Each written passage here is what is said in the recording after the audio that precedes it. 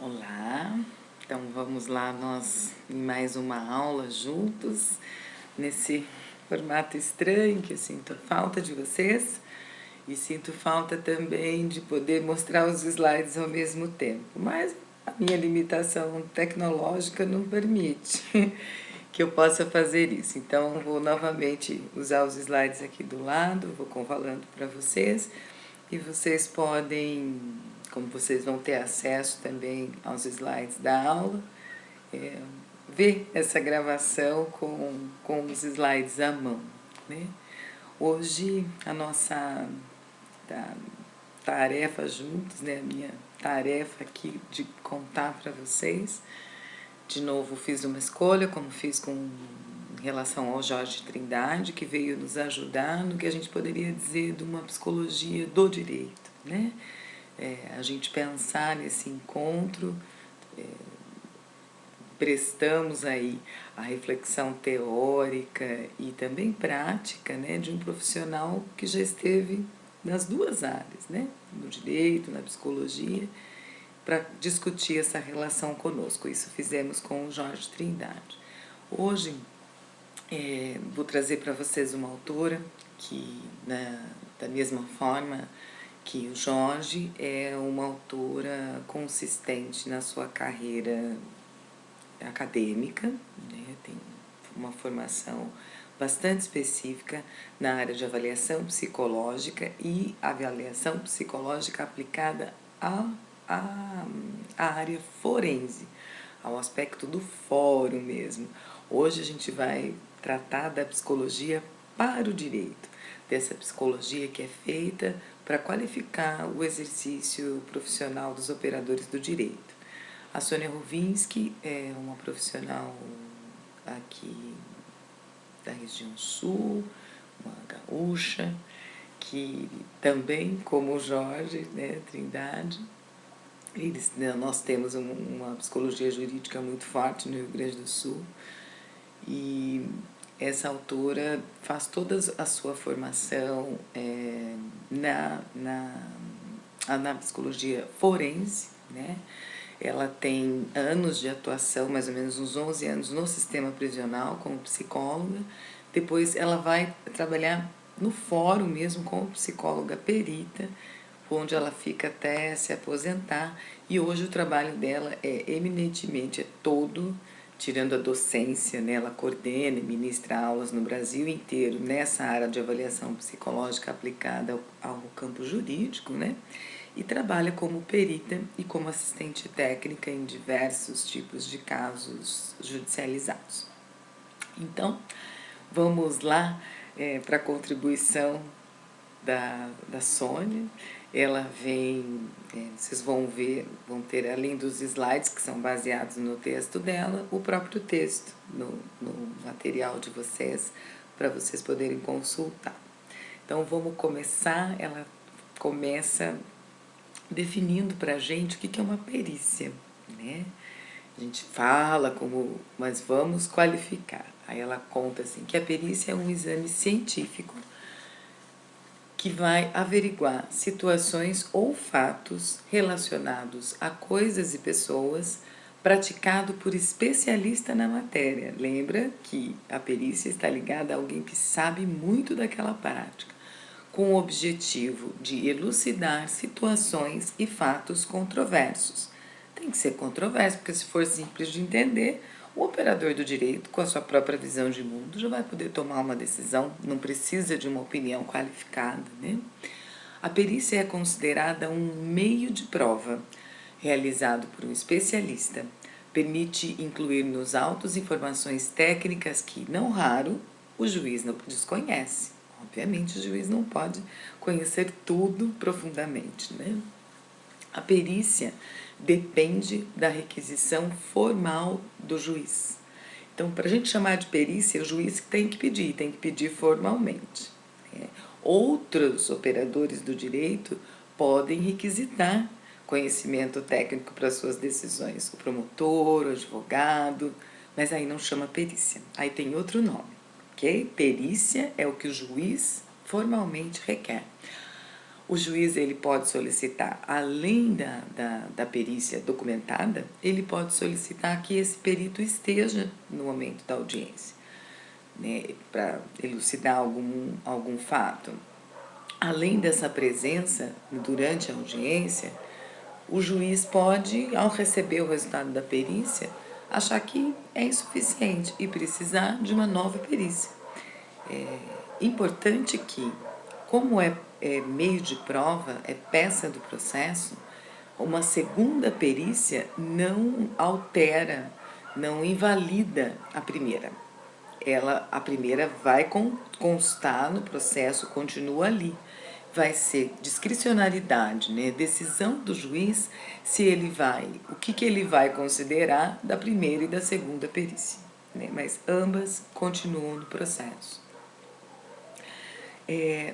A perícia está regulamentada legalmente nos códigos, e é importante que a gente olhe para isso. No artigo do Código de Processo Civil, está no artigo 145, diz que quando a prova do fato depender de conhecimento técnico ou científico, o juiz será assistido por perito, né? Para ficar bem claro que é o juiz, né? Para o juiz. Para os psicólogos, é importante que vocês saibam, né, que não é preciso que seja especialista em psicologia jurídica para fazer uma perícia. Precisa ser especialista em psicologia, né, no conhecimento específico que vai ajudar o juiz a decidir.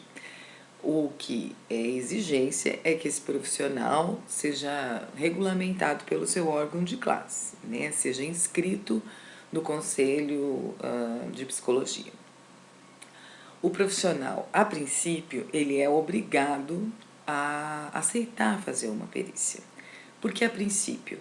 Porque a própria lei já traz quais são os motivos possíveis para escusas, ou seja, para o profissional dizer que não vai fazer, né?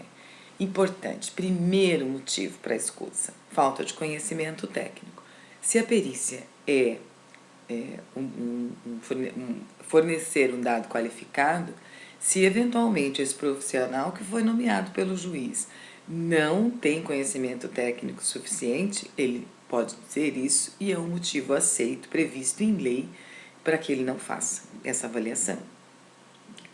Além disso, a lei traz alguns impedimentos e as possibilidades de suspeição.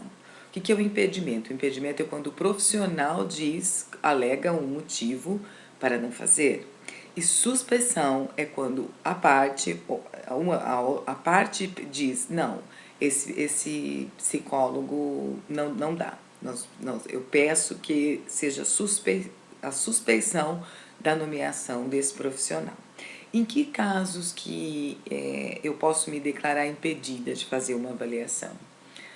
Qualquer situação que possa interferir na minha parcialidade. Vínculo com as partes, seja esse vínculo afetivo, financeiro, de tratamento, né? Não posso, alguém que eu já atendi ou esteja atendendo clinicamente, eu posso me colocar impedida. Ter alguma participação, ser membro de algum órgão, algum agrupamento que tenha interesse na causa. Por exemplo, eu orientei uma aluna que ela foi nomeada como a segunda perita, porque a primeira, e aí eu orientei, por isso que eu sei e vi todos esses documentos que eu vou partilhar com vocês, eu orientei a minha aluna, foi a segunda nomeada. A primeira nomeada, o advogado da parte, da acusada, pediu a suspeição e o juiz aceitou essa suspeição, porque era um caso, duas pessoas próximas morando no mesmo prédio, e no mesmo prédio não, acho que eram vizinhas de casa, mas enfim, vizinhas. E essa vizinha acusada colocou veneno e matou um casal de cachorros da vítima, né? E a vítima alegou, além do artigo específico em relação aos animais, porque a gente tem lei específica, a vítima alegou danos morais, né? Porque esses cães faziam parte do tratamento de uma criança autista. Então, havia no processo toda a documentação médica, né, sugerindo, indicando a terapia com cães e o treinamento desses cães, o canil que treinou e os médicos que acompanhavam dizendo como eram utilizados, enfim. E por isso a vítima pedia uma indenização importante por dano moral. A psicóloga, então, foi nomeada para averiguar a existência do dano moral e a extensão desse dano, para que o juiz pudesse qualificadamente decidir se iria ter essa indenização e de quanto seria. Esse era o pedido. Por que o advogado da acusada pediu a suspeição? Porque a psicóloga nomeada era conhecidamente, ele trouxe essas informações, colocou no processo, de um site público, que ela era parte, né, militante mesmo, de uma organização de defesa dos animais. E percebem como, obviamente, esse dado dela coloca em risco a parcialidade, porque ela já vai para uma causa onde houve a agressão com os animais e tudo mais, conhecidamente tomando parte, né? Entendem? Então, vai do juiz ou não aceitar, né? A parte pede e o juiz aceita. Nesse caso específico que eu estou contando para vocês, o juiz aceitou a suspeição. Mas é importante que vocês saibam, e que vocês vão ver especificadamente lá no material de vocês, que a gente tem motivos previstos em lei, tanto para o profissional dizer não vou fazer, quanto para o advogado da outra parte pedir a suspeição daquela avaliação. Essa é a parte mais importante para vocês compreenderem, né? Além da possibilidade de impedimento e da suspeição, que vai estar sempre ligada ao relacionamento mesmo, se tem algum vínculo de amizade, financeiro, enfim, com alguma das partes. E isso pode ser pedido, pode impedir a realização dessa avaliação. E também a lei traz um outro motivo que é especificado como motivo legítimo. Se isso incorrer, né, fazer a perícia, colocar o perito em risco ou os seus familiares. Também, né, como motivo legítimo, a lei aceita que o profissional, por exemplo, esteja com muito trabalho, tenha excesso de perícias, né, ele pode alegar. O que é importante? O profissional não pode deixar de responder ao juiz. Mas ele pode, vejam como tem uma amplitude de previsão legal para que ele responda que não vai fazer, mas ele tem que responder em 5 dias. É o prazo que ele tem para se posicionar se não for fazer. Se não se posicionou em 5 dias, quer dizer que tem que fazer, aí tem que cumprir o prazo determinado no processo. Além de estar previsto no Código Civil, o Código Penal também vai prever a realização de avaliação psicológica, em especial, né, no exame médico legal, no artigo 149, que vai avaliar a responsabilidade penal. Se a pessoa tem responsabilidade, se pode responder pelos seus atos, ou se naquele momento não entendia que aquilo era crime, não podia se determinar de acordo com esse entendimento, fazendo então uma situação de inimputabilidade. Nesse caso, a aplicação da cessação de periculosidade. Aplicada a cessação de periculosidade, depois também é pedida uma avaliação para saber se cessou, né, uma cessação de periculosidade. Nesse exame, a lei diz laudo psiquiátrico, não diz especificamente do laudo psicológico. Mas o juiz pode pedir essa complementariedade e é comum que peça.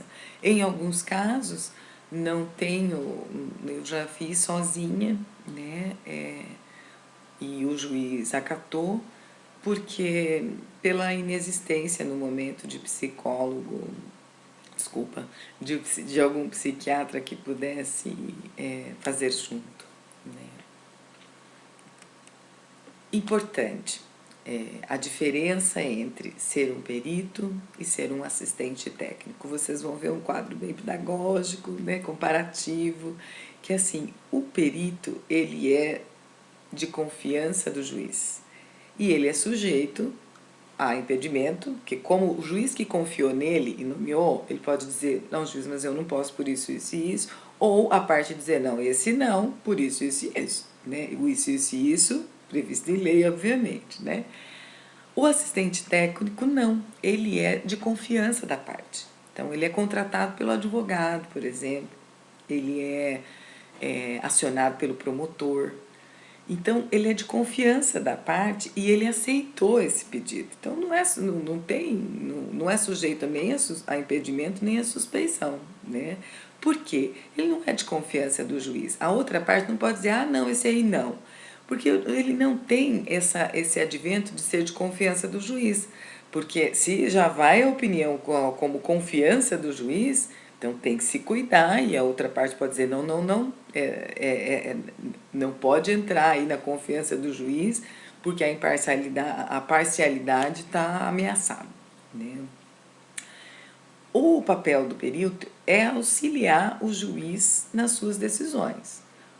O do assistente técnico é auxiliar a parte naquilo que achar certo. Por que naquilo que achar certo? Porque pode ser que aquilo que a parte peça para o assistente técnico avaliar, a avaliação, o profissional não vai atender o pedido da parte, fazer aquilo que o advogado acha que é bom ser feito, por exemplo, né? Não, se ele for ético, né? Eticamente, ele vai fazer uma avaliação técnica. Pode ser que o resultado dessa avaliação técnica não interesse à parte. Aí a parte que vai decidir se vai usar ou não, né? Mas o compromisso do assistente técnico é com a parte que lhe pediu a avaliação. O perito ele vai examinar, verificar, comprovar os fatos de uma determinada questão. Muitas das vezes, o que o assistente técnico vai fazer é analisar os procedimentos e o achado do próprio perito. Então, ele vai ver quais foram os métodos que o perito coletou dados, se foi efetivamente científico, se tem alguma coisa que se possa questionar. Em especial, se a parte não gostou, né? não favorece a parte aquilo que o perito está alegando, né? Está afirmando. Então, normalmente o assistente técnico é contratado para questionar os feitos do perito. Ah, o juiz poderia fazer isso, o operador do direito poderia, o próprio advogado poderia fazer isso? Poderia, mas uma coisa é um questionamento de uma pessoa de uma outra área, outra coisa é você contratar um profissional que conhece os métodos e técnicas, que conhece a teoria, que conhece os procedimentos de aplicação de testagem, por exemplo, para questionar se efetivamente aquela informação que o perito está dando foi construído da maneira mais ética e técnica possível, né? E se não for, portanto, podendo admitir questionamentos, né? O perito, ao final do seu trabalho, ele entrega um laudo. O assistente técnico vai redigir um parecer crítico, né, um outro documento. Se a gente, é importante, da mesma forma que o Jorge traz aquela relação do direito e da psicologia, a Sônia também revê, mas ela revê bem especificamente, tratando dessa questão da perícia mesmo, da avaliação psicológica, da psicologia para o direito, né? E ela diz assim, olha, o direito e a psicologia têm em comum o objeto de intervenção, que é a conduta humana. Aos dois interessa compreender e predizer o comportamento. Então, mas ela divide os campos, né? Enquanto o direito é do dever ser, psicologia do ser, o direito é prescritivo normativo, ou seja, vai dizer o que fazer, enquanto a psicologia é descritivo e interpretativo, vai descrever o que aconteceu e interpretar de acordo com o conhecimento acumulado naquela área.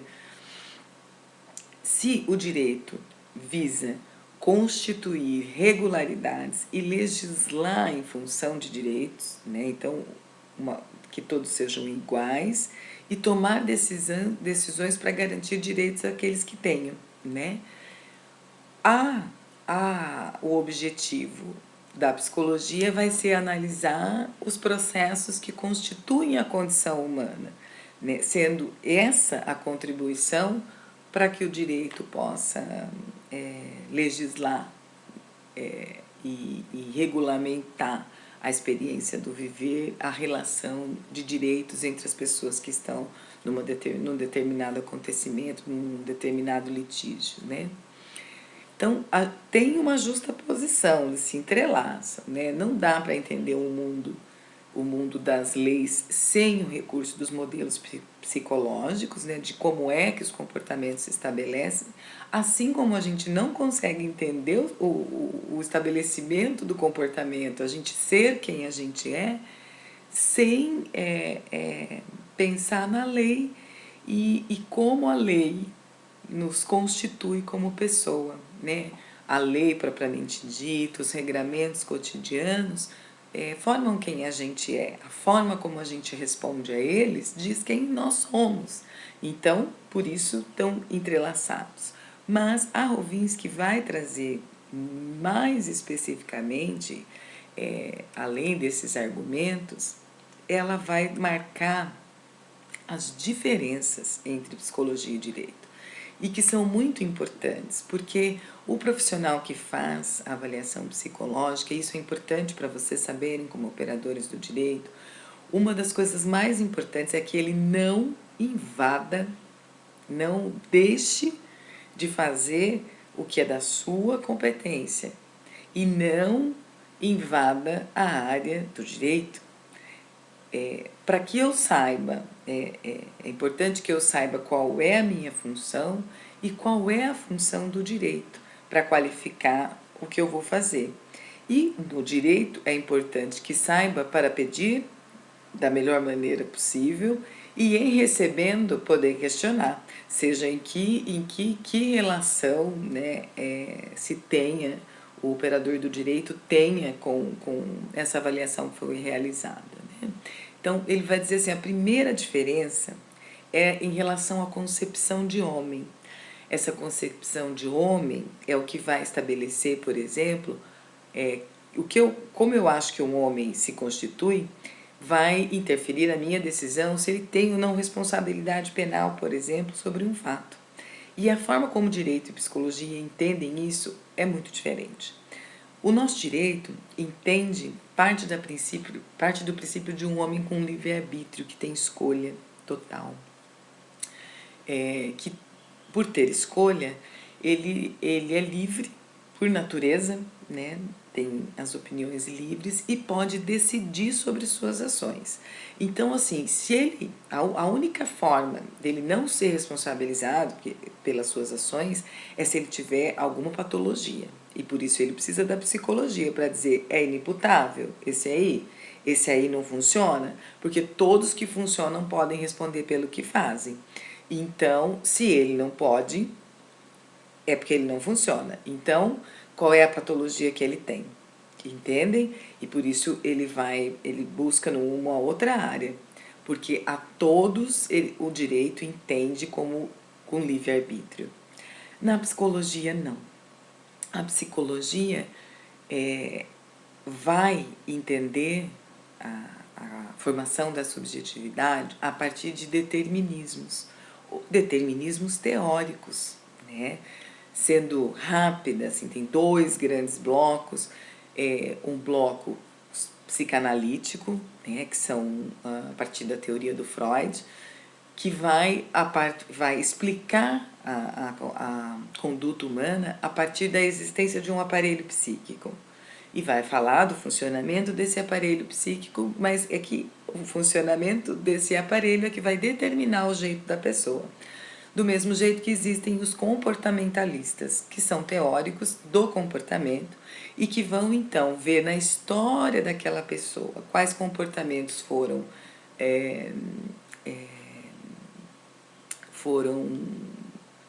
recompensados, quais a pessoa, ao fazer aquele comportamento, teve uma punição, enfim, qual foi a modulação comportamental que foi acontecendo na história dessa pessoa para que ela se comporte da maneira como está acontecendo agora, né, no momento da avaliação. Então, vejam que é diferente a forma de entender. Também é diferente a forma de entender a natureza dos fatos. Por quê? O que o direito vai ver nos fatos? O direito busca a verdade dos fatos, porque para o direito o importante é o nível de certeza. Ele vai tomar, a partir desses fatos, ele vai tomar decisões que às vezes são irrevogáveis e que vão impactar diretamente na vida de muita gente.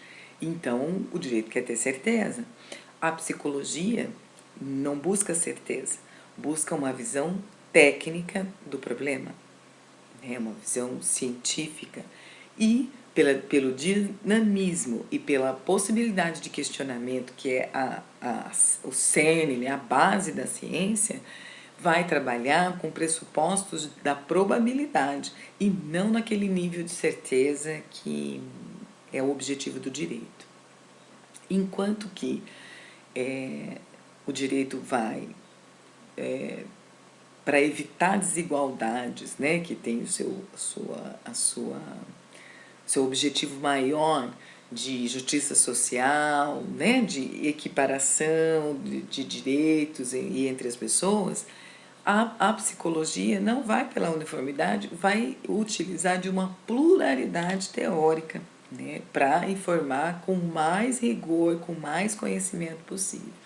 O propósito do direito é a busca da justiça para o cliente e a proteção, né, a proteção da sociedade. Isso que é o propósito do direito. Enquanto que o propósito da psicologia é a descrição, explicação, compreensão e predição da conduta humana por meio dos estudos qualificados, né?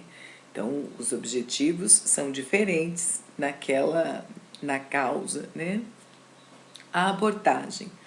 Como que o direito vai abordar? Na lógica da argumentação. Seja qual for das partes, vai demonstrar os fatos para o convencimento, né? Para a persuasão da outra parte. Na psicologia, não. A abordagem é de demonstração formal, métodos científicos. É isso, porque ela é chamada para dar uma informação qualificada e bastante específica.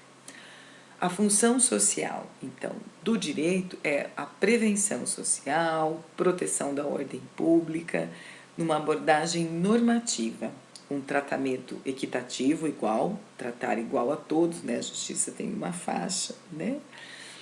E a jurisdição, vamos dizer assim, né? Ou aonde vai agir, é fixo. Agora, na psicologia, a função social é trazer o enfoque científico para aquela questão, né? Os programas, então, são flexíveis, porque vai se buscar o que for importante para aquele fato, as informações que forem importantes, para o máximo de informações, para qualificar a decisão que não é do psicólogo, que é do operador do direito, né? A função do psicólogo é informar. Nesse sentido, o psicólogo forense, esse que está ligado na psicologia para o direito, que vai fazer perícias ou ser assistente técnico, ele vai auxiliar o direito, ele vai assessorar a psiquiatria forense também, né, naqueles casos como a gente viu no direito, né, penal, no Código de na LEP, né, na Lei de Execução Penal, está lá previsto o papel do laudo psiquiátrico e que o psicólogo pode auxiliar e a sua função é atender às demandas jurídicas. Mas é um risco e é importante que o psicólogo se atente. Quando eu dou aula para psicologia, esse é um foco que a gente trabalha muito, como o profissional precisa ficar ali atendendo às demandas jurídicas, mas sem se esquecer que ele tem uma necessidade de acompanhar e estudar muito a sua área específica, porque para continuar tendo um conhecimento qualificado, atender com conhecimento qualificado e não só ficar respondendo às demandas jurídicas, né? Não ficar amarrado nisso e fazendo isso, atendendo demanda. Precisa estar se capacitando, se qualificando o tempo inteiro como avaliador da conduta humana, para melhor atender essa demanda, né? Mas se qualificando bastante. Importante, né, é que como é que ele contribui, né? A Sônia traz uma lista de contribuições desse psicólogo, diz, olha, ele contribui no esclarecimento dos fatos sobre os quais a lei será aplicada, né? Avalia a veracidade e a validade das provas apresentadas, quando faz avaliação dos testemunhos, por exemplo. E no caso de provados os fatos, né, aconteceu o crime, avaliar a capacidade de responsabilidade dos agentes envolvidos, né? Nos procedimentos interrogatórios, o psicólogo ajuda a encontrar a melhor forma de coletar esses dados. Lembra que o psicólogo tem um compromisso ético com saúde e garantia de direitos. Então, seja onde for que ele esteja trabalhando, o objetivo é que ele possibilite que aconteça o que é necessário. Por exemplo, é preciso elucidar os fatos, mas que isso aconteça com o maior respeito possível a quem está depondo, também respeito ao operador do direito que está demandando aquela informação, enfim, é o compromisso ético, né? E vai auxiliar quando o juiz, o juízo precisa decidir na iminência de decisões que precisa de predição de comportamento, por exemplo, se aquele casal tem condições ou não de adotar, então precisa prever um comportamento. Eles vão conseguir cuidar dessa criança, saídas da prisão, horário de visita de filho, medida socioeducativa, que são as medidas para crianças e adolescentes que têm proteção legal, no sentido de ter atenção integral. Então, precisa saber se os responsáveis que estão perto vão conseguir acessar os seus direitos, então tem uma predição de conduta. Então, em todos esses momentos, a avaliação psicológica pode ajudar, porque o juiz vai ter que decidir, né? Então, ajudar para que ele decida com um pouco mais de qualificação, né? Qualificação técnica, digo. E aí, assim, o que é importante atentar? O laudo pericial, o trabalho do psicólogo forense, ele é muito diferente do trabalho de um psicólogo clínico. O psicólogo forense, ele tem o cliente dele é a justiça, é o juiz, quando é perícia, é o advogado, quando é uma assistência técnica, e não o paciente, como no caso da clínica. Na clínica, o objetivo é cuidar daquela subjetividade, daquela pessoa, tratar. Na psicologia forense, o objetivo é qualificar o exercício do direito. Vejam como são objetivos muito diferentes e, obviamente, quem procura, né? O paciente procura, vai lá, escolhe, paga o seu próprio tratamento, é uma procura espontânea, enquanto que o psicólogo forense, não, quem demanda é uma das partes que convoca, o juiz nomeia, o advogado contrata, entendem? É diferente. Nesse sentido, né, tem alguns autores, a Sônia mesmo, ela diz que o psicólogo tem que ser mais, ter um distanciamento, mas é importante dizer que distanciamento não é falta de empatia, respeito, né? Você pode manter claro qual é a sua função ali naquele momento. Eu, quando vou avaliar, eu digo, primeiro dizer o porquê, né? Se ele sabe, se o advogado, né, às vezes orientou, no caso, quando vou avaliar as pessoas presas, se ele sabe por que por que o juiz quer a minha opinião, normalmente eu digo, né? Olha, o juiz quer a minha opinião, ele está com esse pedido teu para julgar e ele quer a minha opinião. Não quer dizer que a minha opinião seja verdade, mas é a minha opinião que ele quer agora. A gente vai conversar e vou fazer perguntas, peço que você fique à vontade para responder o que você quiser. E assim que eu tiver uma opinião, eu te conto. Né? Digo para ele que ele pode não responder o que ele não quiser, porque qualquer coisa que a gente conversar eu vou conseguir ter uma opinião e eu vou dizer para ele qual que é a minha opinião, né? Que eu entendo que são formas respeitosas. É importante que às vezes a pessoa fragilizada naquele momento do litígio, ela fala demais, começa a contar a vida, não é terapêutico. E cabe ao profissional, né, na aula lá para psicologia, essa é outra dedicação importante, para que o profissional, nós psicólogos precisamos marcar isso, demarcar e ajudar, porque a gente tem treino de escuta.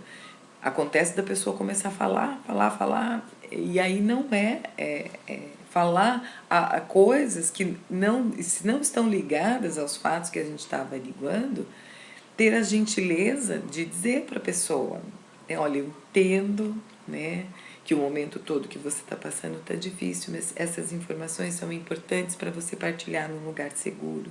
Aqui eu estou formando uma opinião para ajudar na decisão do juiz, né? Até para que ela não fale demais, entendem? Porque o objetivo não é de tratamento, é um objetivo muito diferente. Vocês vão ver lá um quadro nos slides, um quadro comparativo que bem simples, para que vocês, porque para vocês como operadores do direito é importante que vocês saibam dessa diferença. Porque, por exemplo, vocês podem pedir uma suspeição se vocês veem indicativos, por exemplo, que o profissional fez um tratamento e não um bom levantamento de dados. Porque aí já implica num vínculo de tratamento. Isso é motivo de suspeição, né? É muito diferente, por exemplo, todo o atendimento clínico é baseado no sigilo, na confidencialidade, né? O que a pessoa, se for ter uma devolução, você vai devolver só para a pessoa, só para o paciente, só para o interessado. Diferente do psicólogo forense, que ele já entrevista para divulgar, para contar para o juiz, né? É muito pelo contrário, é um consentimento informado já de não confidencialidade. Mas aí a responsabilidade ética também do profissional, ele não precisa pôr no laudo informações que às vezes podem constranger o avaliado e que não tem nada a ver com os fatos, né? Isso também vai do profissionalismo do psicólogo, né? O que ele vai escrever, o cuidado com que ele vai escrever, porque isso é uma peça processual, é um documento público. Então é preciso que esteja escrito da maneira mais técnica e objetiva possível e se atendo aos fatos. Não entrando na matéria legal, por exemplo, o psicólogo não pode dizer, dizer descrever como está a pessoa e dizer, ela não tem condições, precisa ser afastada do trabalho. Isso aí é decisão do juiz, entendem? Decisão é de vocês, é do operador do direito. O psicólogo vai informar como aquela pessoa está naquele momento, né? E é um cuidado importante. É óbvio que com as coisas que se lida, por exemplo, com a dissimulação, Isso pode acontecer na clínica? Pode, às vezes a gente não quer ou não consegue se aperceber, tomar consciência das nossas questões, das nossas dores. Mas com o perito, com o psicólogo forense, a própria pessoa pode dissimular por medo mesmo do resultado, vontade de ganhar o processo, ou se não é a própria pessoa, às vezes o advogado orienta, às vezes orienta mal, né? Às vezes, eu me lembro, às vezes o advogado conhece do Código Penal, mas não conhece a lei de execução penal. Então, ele orienta, por exemplo, teve um caso concreto que eu avaliei depois que ele estava cumprindo 6 anos de pena. Isso foi antes da alteração da lei sobre drogas, ainda era artigo 12 o tráfico e artigo 16 o uso, isso acho que é 2003 ou 2006 que teve essa alteração legal, agora eu não vou lembrar exatamente, mas enfim, antes dessa alteração legal, um menino foi preso, menino mesmo, muito jovem, 19, 20 anos, ele morava numa região muito acometida pelo tráfico, então ele era amigo, né, de muitos envolvidos e de diversos níveis de envolvimento com o tráfico. E ele, trabalhador, ele só era amigo. Um dia, ele levou a pedido de um amigo de infância que tinha crescido com ele leva uma mochila, né, para um lugar. Quando ele foi entregar, teve uma batida policial nessa casa, né? Então, tinha droga e tal. E realmente, tanto que à época, isso tudo estou contando porque ele me contou, né? Não era para acontecer isso, não era... O amigo dele é que foi contratado para fazer isso, mas o amigo teve um problema, pediu para o amigo fazer, ele achou que não ia dar problema nenhum, enfim, mas deu, né? E esse amigo, né, foi até o traficante, que era o patrão dele, e disse, olha, vamos ajudar, ele não tem nada a ver, ele é meu amigo. E contrataram um bom advogado, o advogado foi e orientou ele a dizer que era para uso. Era para uso, que ele era dependente químico, e ele disse, e ele convenceu o juiz, que então, baseado na dependência dele, considerou que ele era inimputável. Ele agiu, naquele momento, ele não estava fazendo um crime, ele estava agindo sob pressão da sua dependência química. E condenou a uma medida e deu uma medida de segurança. Só que assim, o advogado é contratado para a fase criminal. Acabou, acabou. Ele foi condenado e foi para essa prisão provisória, que era ao lado da penitenciária da PEU, onde é a PEU 1 hoje, tinha a prisão provisória de Londrina. E ele foi lá para a prisão provisória esperar vaga, onde se cumpria, onde se cumpre ainda. A gente não tem outro hospital de custódia, que é o Complexo Médico Penal, onde são cumpridas as medidas de segurança. E ele foi para esse lugar aguardar a vaga. E ali ficou esquecido por 6 anos. Porque a medida de segurança só cessa, ela não tem fim.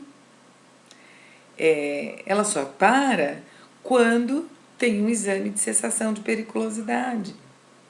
E aí ele ficou ali, esquecido. Quando, na época, a pena máxima que ele teria por ser primário, se ele tivesse sido condenado como traficante, hoje essa lei mudou, tá? Mas, quando era artigo 12, a pena máxima do artigo 12 era 3 anos e 10 meses. Então, assim, o máximo de pena que ele pegaria era 3 anos e 10 meses preso. Ele ficou 6 anos. E ele só foi solto porque ele era muito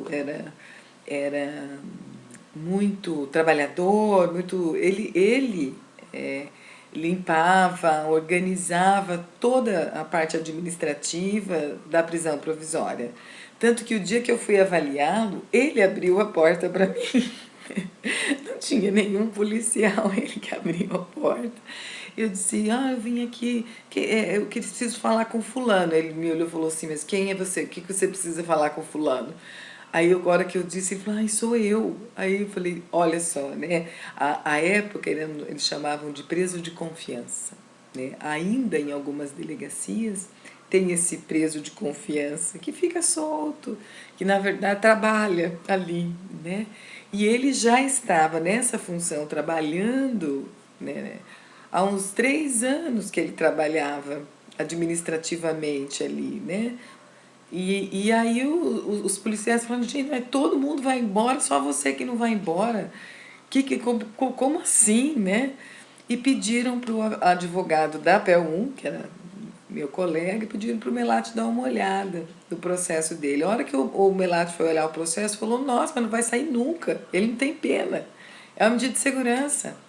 E aí, baseado nisso, o Melati pediu para mim e para o psiquiatra da unidade que a gente fosse lá fazer o exame dele de cessação de periculosidade, possibilitar que ele pudesse ir para casa, né? E assim ele foi, mas cumprindo muito mais do que deveria. Aí, tô vendo aqui se tem mais alguma coisa importante da contribuição da Rovinski. Ela traz, e vocês vão ver como as leis complementares, né, os códigos, as regulamentações, elas conversam. Eu coloquei lá no slide para vocês verem, por exemplo, como o Código de Ética da Psicologia vai conversar lá com o Código de Processo Civil, e aquilo que ele vai dizer que é vedado ao psicólogo é vedado lá no Código Civil também. Os indicativos de como deve ser feito também é baseado no Código de Processo Civil. Então tá lá para vocês poderem fazer esse comparativo, olhar para isso. Ela traz recomendações para os psicólogos do que fazer antes, como cuidar, né? Antes da perícia, de verificar os documentos, verificar se a pessoa está informada, como eu disse para vocês, avaliar a própria competência, né, para fazer esse exame, avaliar se tem algum conflito de interesse, né, para ver a questão de impedimento, suspeição, e negar a receber qualquer informação por meio ilegal, porque isso pode invalidar o trabalho. Durante a perícia, informar as questões legais, esclarecer sobre os papéis estabelecidos na avaliação, por que você está ali, para que é conversa, que não é terapêutico, né? Solicitar a participação, convidar a pessoa a ajudar para que melhor o juiz, ajudar o juiz na decisão, né? Respeitar a privacidade, mas dentro dos limites da perícia, porque aquilo que é importante o juiz saber, a pessoa tem que saber o que você vai dizer, né? Manter a investigação dentro dos limites da psicologia, né? E da questão legal, né? E orientar quando ele estiver dizendo aquilo que eu disse, né? Que estiver dizendo alguma coisa que possa ser para além, não precisa.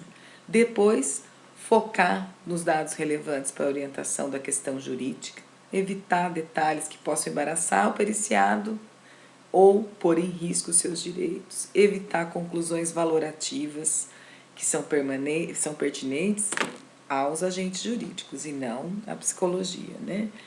E informar o periciado se tiverem fatores de risco, né? Às vezes, alguma coisa que você percebe um fator de risco, é preciso informar essa pessoa, em especial se tiver criança ou adolescente envolvido, né? Porque é importante vocês saberem dessas recomendações. Vocês não vão ser os psicólogos que vão fazer isso, mas vocês vão ser o operador de direito que vai receber essas informações. E é preciso que vocês garantam, né? Vocês podem pedir uma suspeição se essas recomendações não forem cumpridas pelo profissional, né? E aí, acho que... tô vendo aqui se tem... tem lá para vocês verem também o modelo de laudo, de parecer técnico, para vocês terem uma ideia de documento, como isso são, eu coloquei lá 2 modelos, o modelo que o Conselho Federal de Psicologia sugere e o modelo que o Conselho Regional, né, aqui do Paraná sugere também, que como esse é o órgão de classe que regulamenta, ele regulamenta inclusive a construção dos documentos técnicos, né. Mas acho que é isso. Vocês vão ver também lá no material, vou seguir o mesmo ritmo, vou pedir para vocês escolherem dentro dessa temática da perícia forense, algo que interessa a vocês, que vocês têm vontade de refletir sobre e que vocês escrevam um texto de 5 a 10 linhas sobre esse pedaço aí da contribuição da Sônia Rovinski que interessou vocês, que vocês tiveram vontade de comentar, ok? Muito obrigada por mais essa chance de conversar com vocês de assuntos que eu escolhi como podendo contribuir um pouco com a formação de vocês, ok? Obrigada, até a próxima. Tchau, tchau.